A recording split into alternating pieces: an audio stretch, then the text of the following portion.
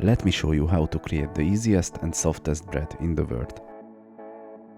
First measure the flour, add some salt and mix it very well.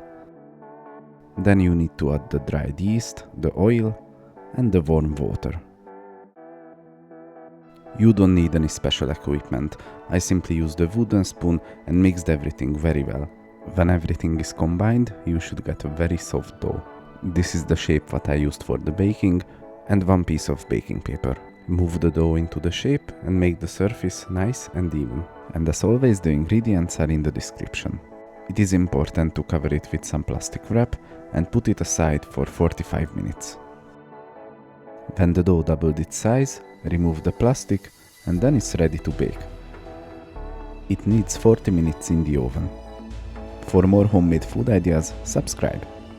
When the bread is still hot, carefully remove the baking paper and spread a little bit of cold water on the top.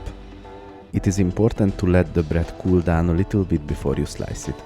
Leave a comment what would you eat the bread with. I had some homemade hummus for the bread. I leave a link in the description to check it out.